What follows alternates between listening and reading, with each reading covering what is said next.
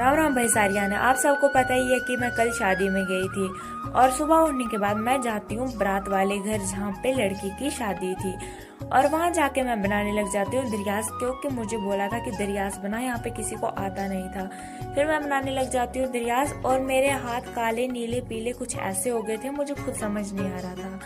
और उसके बाद मैं जाती हूँ बाहर और वहाँ का व्यू कुछ ऐसा था। और दोपहर को फिर मैं सो जाती हूँ क्योंकि कल रात को नींद पूरी हुई नहीं थी।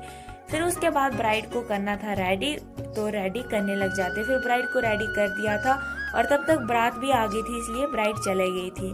फिर मैं खुद भी रेडी हो जाती हूँ और अगली सुबह मैं उठ जाती हूँ 8 बजे। और जैसे मैं नींद से उठती हूँ बाहर जाती हूँ तो देखा बारात वापस जाने के लिए रेडी हो गई थी। फिर पालकी भी ले ली थी इन्होंने और ये भी जा रहे थे, हम भी साथ में निकल जाते हैं बारात के। और जाते टाइम का व्यू कुछ ऐसा था, बहुत ही अच्छा व्यू आ रहा था।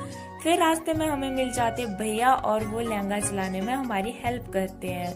फिर वहाँ से गाड़ी में बैठ के चले जाते हैं हम और जल्दी ही पहुँच जाते हैं असर मोड़ पे। फिर वहाँ से जाना था पैदल और थोड़ी देर में पहुँच जाते हैं फिर सैलून में। और सैलून में पहुँचने के बाद मैं वहाँ से चले जाती हूँ बेकरी पे, वहाँ से मुझे लानी थी पेस्ट्री और फिर मैं पेस्ट्री लेके आ जाती हूँ वापस सैलून में। और कल रात से हमने कुछ खाया नहीं था, इसलिए मुझे बहुत ही ज्यादा भूख लग रही थी और मैं पेस्ट्री खाने लग जाती हूँ।